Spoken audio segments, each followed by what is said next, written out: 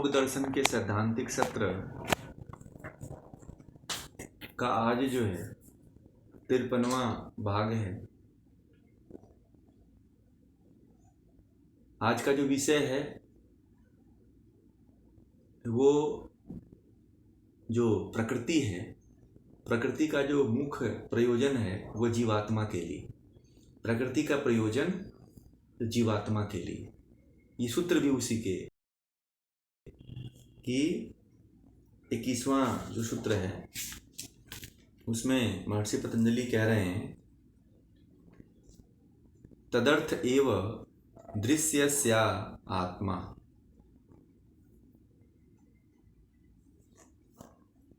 बहुत ही छोटा सूत्र है और बहुत ही कम विषय है। लगता है कि बहुत छोटा है, परंतु इसमें सब कुछ आ जाता है आत्मा के लिए। आत्मा के लिए क्या ईश्वर ने बनाया है, आत्मा के लिए ईश्वर ने इतने बड़े प्रकृति का, इतने बड़े सृष्टि का निर्माण किया है, फिर भी आत्मा के अंदर जो शरीर प्राप्त होती है, हम और आप हैं, कभी समझ नहीं पाते हैं कि ईश्वर ने हमारे लिए इतना बड़ा सृष्टि का सृजन किया हुआ है, फिर भी हम उदासीन अज्ञानी बन करके भटक रहे हैं। ईश्वर हमारे लिए इतना प्रयोजन किया है, इतनी व्यवस्था किया हुआ है कि प्रकृति का उपयोग कर करके आप भोग के तरफ नहीं, अपवर्ग की तरफ बढ़ जाओ।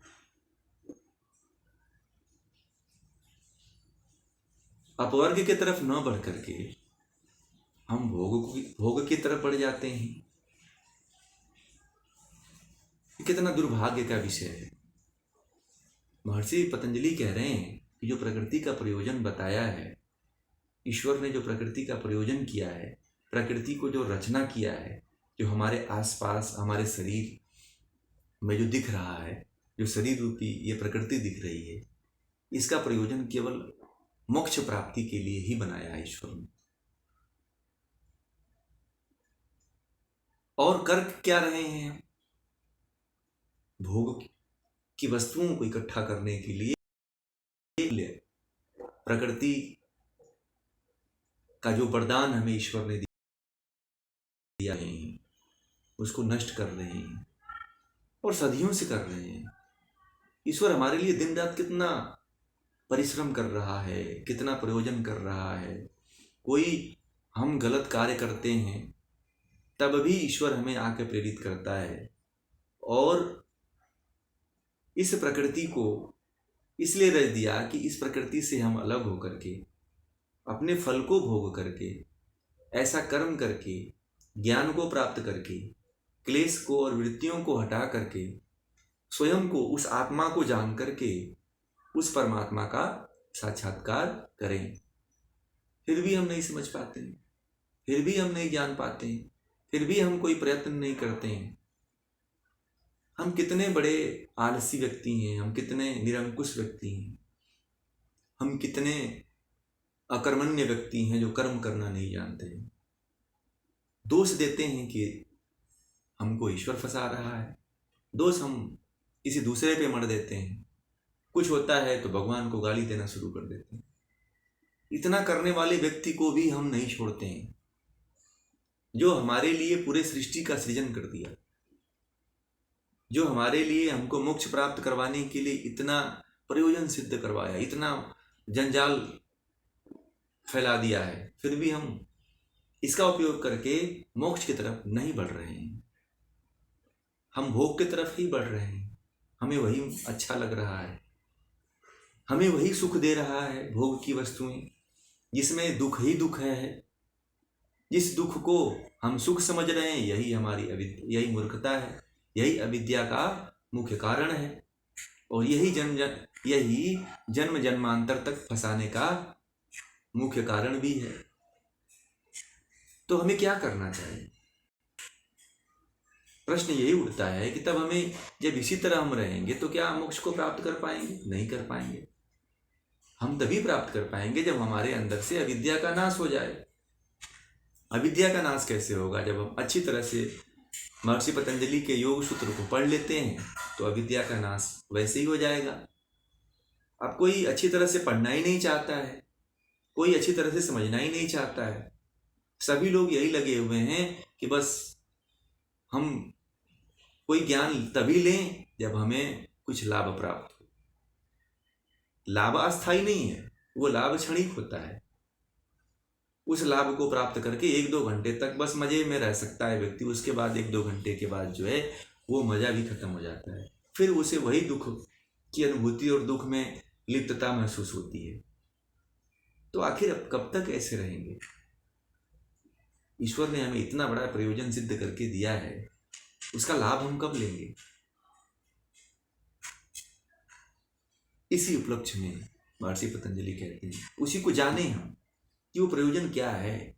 वो सृष्टि की रचना, इतना बड़ा विशाल काय सृष्टि की रचना क्यों किया है? हमको पता ही नहीं है तो हम उपयोग कैसे करेंगे? प्रश्न तो यही उठता है कि जब हमें पता ही नहीं है कि ये प्रयोजन किसके लिए है। अब जिसको नहीं पता है वो तो भटकता रहेगा, वो तो जन्म को नष्ट करता रहेगा। जिसको पता है वही इसका उपयोग कर पाएगा। तो महर्षि पतंजलि कहते हैं तदर्थ एव दृश्यस्या आत्मा, यानी कि तदर्थ मने उसके, तदर्थ मने उसके यानी जीव के लिए, जीव के भोग अपवर्ग के लिए। तदर्थ मने उस जीव के भोग अपवर्ग के लिए। एव मने ही, दृश्य से मतलब दृश्य जगत का, प्रकृति का, सृष्टि का। आत्मा का मतलब स्वरूप, अस्तित्व, बनाया प्रकृति, प्रकृति का कोई अपना प्रयोजन नहीं है। ये इसका अर्थ है। अब इसके ये शब्दों का अर्थ था, अब इसका अर्थ को जानते हैं। इसका अर्थ यह है कि इस जीव को भोग और अपवर्ग प्राप्त करने के लिए ही प्रकृति का प्रयोजन है। उस जीव को भोग और अपवर्ग प्राप्त करने के लिए ही प्रकृति का प्रयोजन है। दूसरी तरफ से इसको देख लें कि उस जीव के भोग अपवर्ग के लिए ही प्रकृति का स्वरूप, प्रकृति के स्वरूप का प्रयोजन है। प्रकृति का कोई अपना प्रयोजन नहीं है। प्रकृति अपने लिए इस सृष्टि में नहीं आई। प्रकृति अपने भोग के लिए कुछ नहीं करती है।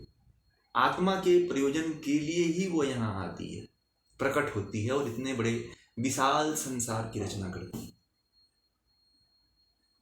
यही इसका अर्थ है। अब इसको मैंने अभी बताया कि ईश्वर ने हमारे लिए इतना सब कुछ रच के रखा हुआ है, फिर भी हमें इसका ज्ञान, हम इसमें अंदर तक फंसते चले जाते हैं, हम इसके गहराइयों में डूबते चले जाते हैं। इसके जो विषय हैं, पंच महाभूत हैं, इंद्रियां हैं और इनके जो विषय हैं, मन के साथ लिप्तता हमारी बढ़ती चली जाती है और इतनी बढ़ती चली जाती है कि हमें कभी आभास ही नहीं होता है कि हमें इससे ऊपर भी उठना है। कभी नहीं उठने की कोशिश करते, कभी हम आगे बढ़ने की कोशिश नहीं करते। अब हमें पता है कि प्रकृति जड़ है। जो जड़ है वो अपने लिए क्या उपयोग करती है, अपने लिए क्या उपभोग करेगी भाई?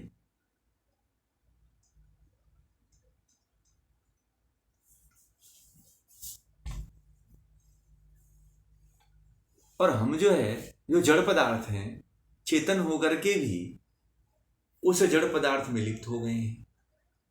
वो तो जड़ है, मान लिया कि वो तो प्रकृति जड़ है, उसकी तो जड़ता उसका स्वभाव है। हम तो आत्मा है, हम तो चेतन है। हम चेतन होकर के भी उस जड़ के साथ लिप्त हो गए हैं। तो यहां यह कहां की बुद्धिमत्ता है?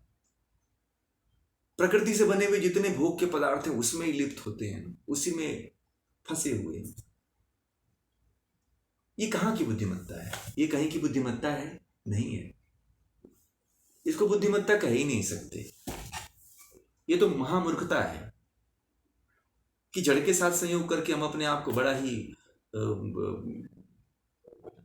धनवान मानते हैं, राजा मानते हैं, या बहुत ही श्रेष्ठ मानते हैं अपने आप को कि मेरे जैसा कोई है ही नहीं, मेरे जैसा कोई धनवान नहीं है, मेरे जैसा कोई रुपये वाला नहीं है, मेरे जैसा कोई यश कीर्ति वाला नहीं है, मेरे जैसा कोई रूपवान नहीं है, मेरे जैसा कोई सुंदर नहीं है। अहंकार करते रहते हैं, वो भी दूसरे के द्वारा, दूसरे के प्रयोजन को अपना प्रयोजन हम मान लेते हैं। ये प्रकृति ने हमको बनाया, ऐसा शरीर दिया है, ऐसा रूप रंग दे दिया है, इसको भी हम उसका न मान करके अपना मान बैठे हुए हैं कि तो मेरे शरीर है, मैं इतना सुंदर हूं। फिर अहंकार आके घेर लेता है। फिर अहंकार जब आ जाता है तो व्यक्ति से और बुरे बुरे कर्म करवाता है। फिर सब 3 प्रकार की जो गुण हैं वो बढ़ जाते हैं, और उन गुणों से इंद्रियां और भ्रमित होती हैं, इतना भ्रमित हो जाती हैं, इतना चंचल हो जाती हैं, इतना बढ़ने लगती हैं कि फिर तो ये जो प्रकृति का संयोग और आत्मा का जो संयोग होता है वो इतना प्रगाढ़ हो जाता है कि निकलने का नाम ही नहीं लेता।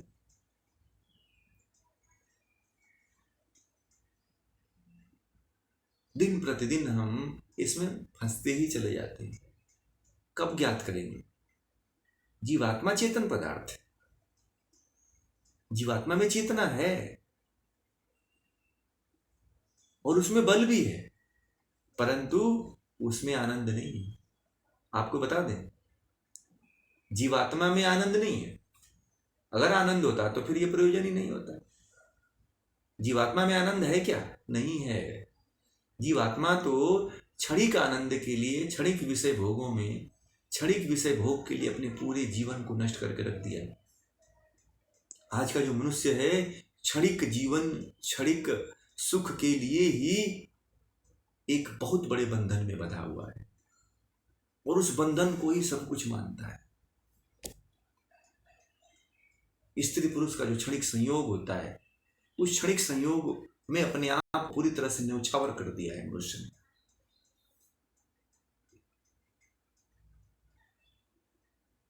इसलिए आत्मा में आनंद नहीं है। आत्मा का आनंद उससे नहीं मिलता। चेतन जरूर है, उसके अंदर बल बहुत है, परंतु आनंद स्वरूप नहीं है आत्मा। आनंद होता तो फिर आनंद में क्यों लिप्त होता भाई? ये क्षणिक आनंद में फिर जीवन को क्यों नष्ट करता? ये प्रश्न आप लोगों के मन में उठना चाहिए। बहुत लोग कहते सुनते हुए आप लोगों को मिले होंगे कि आनंद, आत्मा तो आनंद है, आनंदमयी है। आनंदमयी आत्मा नहीं है। आनंद, आत्मा आनंदमयी रहती तो भोग में लिप्त क्यों होती? क्षणिक आनंद के लिए, वो क्षणिक आनंद में जब से उसका विवाह संस्कार होता है व्यक्ति का, या विवाह से पहले भी, तो क्षणिक आनंद में लिप्त होने के लिए वो 24 घंटे उद्यत रहता है, और उसके लिए ही आज का मनुष्य कर्म कर रहा है कि वो सुख जो है, वो क्षणिक सुख जो है, हमें जीवन पर्यंत मिलता रहे। उसके लिए तमाम तरह की सुख सुविधाएं इकट्ठा कर रहा है, तमाम तरह के धन इकट्ठा कर रहा है, और उस धन का उपयोग केवल सुख भोग के लिए कर रहा है, और बदले में उसे, और जो प्रकृति है, प्रकृति को रोगी बना दे रहा है। जो प्रकृति के जो सृष्टि क्रम है, जिससे हमारी शरीर बनी हुई है, जो पंच तत्व हैं, ये पंच तत्व रूपी शरीर को रोगी बना देता है, जर्जर बना देता है। और जो प्रकृति का प्रयोजन होता है वो सिद्ध नहीं हो पाता है, और व्यक्ति सिद्ध होने से पहले ही दुनिया, इस शरीर को छोड़ करके फिर नरक योनियों में, फिर तमाम जो योनियां हैं उन योनियों में चला जाता है। और फिर अच्छे बुरे कर्म रहते हैं तो अच्छे जगहों पे जाता है, अच्छे ज्यादा बुरे कर्म रहते हैं तो फिर नरक योनियों में जाता है।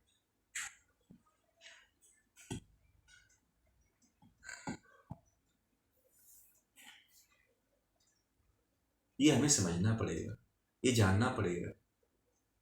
जो देखिए, सृष्टि की जो रचना हुई है ना, सृष्टि की जो रचना, सृष्टि की रचना के बिना जीवात्मा कर्म नहीं कर सकता। आपको बता दें,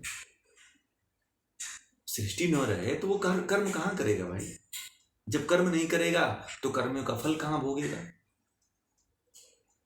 सृष्टि की जो रचना का मुख्य प्रयोजन है वो कर्म करने के लिए है। अगर कर्म नहीं करता है तो जो पूर्व जन्म के जो संस्कार उसने किए हैं, या जो इस जन्म में जो कर्म कर रहा है, उसका फल कहाँ भोगेगा? तो एक तो फल भोगने के लिए भी है, और फल भोगते हुए मोक्ष के मार्ग की तरफ जाना, यही मनुष्य के लिए बहुत बड़ी चुनौती है।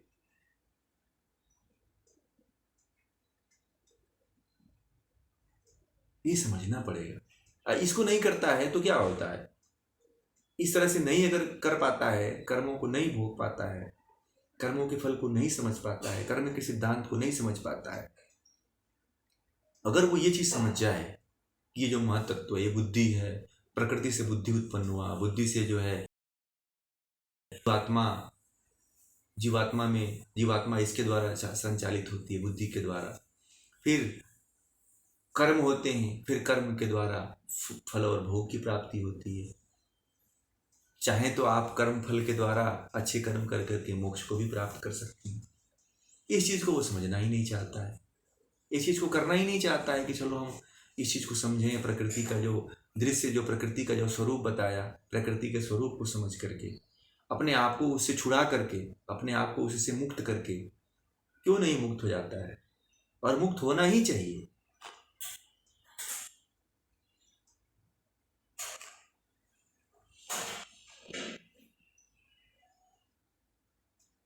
सबसे बड़ी अविद्या जो है, जो पीछे बताया कि आत्मा जो है आनंदमय नहीं होता है, उसको आनंद नहीं मिलता है, आनंदमय होता ही नहीं है, आनंद उसका स्वरूप होता ही नहीं है। अगर आनंद का स्वरूप जीवात्मा को होता तो वह दुख से मिश्रित जो कर्म हैं, उन सांसारिक कर्मों में, सांसारिक भोगों में लिप्त नहीं होता। बार बार लिप्त हो जाता है कि नहीं लिप्त हो जाता है, जो दुख है उसको सुख समझ ले। इसके लिए योगियों ने योगाभ्यास बताया, योग का प्रावधान किया। इसीलिए महर्षि पतंजलि ने 3 तरह के साधकों के लिए 3 तरह का योग बताया। एक उच्च कोटि का साधक है, उसके लिए अभ्यास वैराग्य, और जो मध्यम कोटि का साधक है उसके लिए तप स्वाध्याय ईश्वर प्रणिधान, और जो निम्न कोटि का साधक है उसके लिए महर्षि पतंजलि ने अष्टांग योग, सत्य अहिंसा स्थिर ब्रह्मचर्य परिग्रह, यम नियम आसन प्राणायाम प्रत्याहार धारणा ध्यान समाधि, ये जो अष्टांग योग है इसको बताया। इसका प्रयोजन बताया कि इस मार्ग पे अगर व्यक्ति चलता है तो वो आत्मा को आनंद दे सकता है, आत्मा को आनंद की अवस्था में पहुंचा सकता है। पहले तो वो आत्मा को जाने, जब तक आत्मा को नहीं जानता है तब तक वो परमानंद ईश्वर को की अनुभूति नहीं कर सकता, ईश्वर का साक्षात्कार नहीं कर सकता, क्योंकि बिना ईश्वर के ये दोनों अल्प हैं। बिना ईश्वर की कृपा के दोनों, प्रकृति और जीवात्मा, दोनों का अस्तित्व नहीं रहता है। ईश्वर की जब कृपा होती है तो ये आनंद में आते हैं। आत्मा जो है, जीवात्मा जो है, ईश्वर की कृपा के बाद ही आनंद में आती है। बिना ईश्वर की कृपा के वो आनंद में नहीं रहती है, वो अज्ञान में, अंधकार में घिरी रहती है वो। और जब तक वो अंधकार में घिरी रहती है तब तक वो अपने मोक्ष के बारे में सोच ही नहीं सकती है।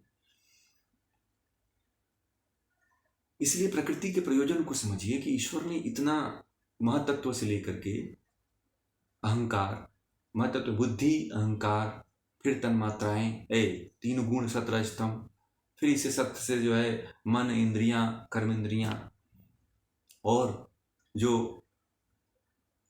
पंच तन्मात्राएं, पंच महाभूत, विशेष में आ गया था कल आपको, विशेष, अविशेष, लिंग और अलिंग।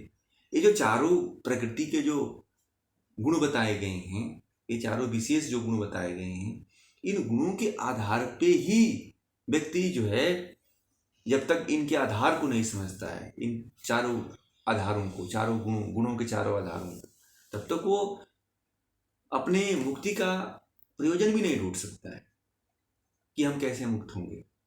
दुनिया में लाख तरह के कर्म कर ले, ये ज्ञान योग और कर्म योग, सांख्य योग नहीं समझता है व्यक्ति, तो जीवन में वो भटकता ही रहेगा।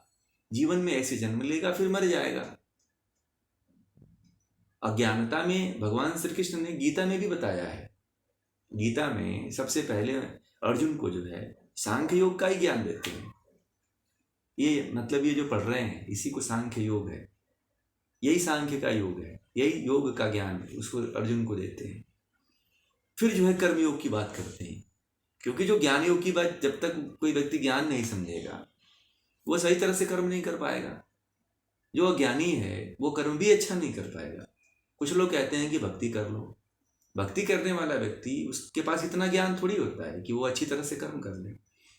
जब भक्ति से छूटता है तो फिर उसी सांसारिक कर्म में आ जाता है वो, क्योंकि उसको ज्ञान ही नहीं होता है कि क्या सही कर्म है क्या गलत कर्म है। इसीलिए ज्ञान योग जरूरी है, ज्ञान को समझना जरूरी है, व्यक्ति को ज्ञानी होना जरूरी है। भक्ति करने के लिए भी ज्ञान होना जरूरी है। भक्ति में जब तक लिप्त है तब तक तो सही है, भक्ति से थोड़ा सा भी कहीं छूटता है तो फिर वो कुकर्म करना प्रारंभ कर देगा। आजकल जितने भी संत हैं इसी कैटेगरी के संत हैं। वो कथा करना जानते हैं, भक्ति में नाच गाना भजन करना जानते हैं। जब इससे छूटते हैं तो कहीं पे किसी के साथ रेप बलात्कार करते हुए पकड़े जाते हैं। दोष उनका नहीं है, दोष उनके अज्ञानी होने का है, दोष उनके कम ज्ञान होने के कारण होता है। उनको ये ज्ञान हो जाए तो फिर वो ऐसे कर्म में फंसेंगे ही नहीं, फिर अपयश की उन्हें प्राप्ति भी नहीं होगी। आज बहुत से देखिए, बहुत प्रतिदिन जो ऐसे संतों के बारे में न्यूज चैनलों में टीवी में आता रहता है कि इस तरह से किया इन्होंने।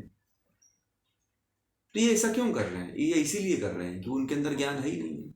बिना ज्ञान प्राप्त किए हुए ही वो भक्ति मार्ग में कूद गए। भक्ति मार्ग में जब तक भक्ति में रहता है, जब तक कथा कहता है, तब तक तो वो वहाँ उस समय भूला रहता है विषयों को, क्योंकि विषयों के प्रति उनका ज्ञान नहीं है। प्रकृति को उसने समझा ही नहीं है, ना ही ईश्वर के स्वरूप को जानता है, ना ही प्रकृति के स्वरूप को जानता है, ना ही वो आत्मा के स्वरूप को जानता है। जब ये तीनों को नहीं, तीनों पदार्थों को जो नहीं जानता है वो केवल भक्ति में आकर के कूद गया। जो भक्ति में आकर के डायरेक्ट कूद जाता है वो फिर ऐसे ही कर्म करता है जैसे आजकल लोग कर्म कर रहे हैं। बाबा तो बन जा रहे हैं, बड़ी बड़ी प्रसिद्धियां मिल जा रही हैं, बड़े बड़े गाड़ियां मिल जा रही हैं, लग्जरियस गाड़ी, लग्जरियस जीवन जीना शुरू कर दे रहे हैं, फिर ऐसे कर्म कर दे रहे हैं कि उनका जीवन उनको ही खुद मार दे रहा है।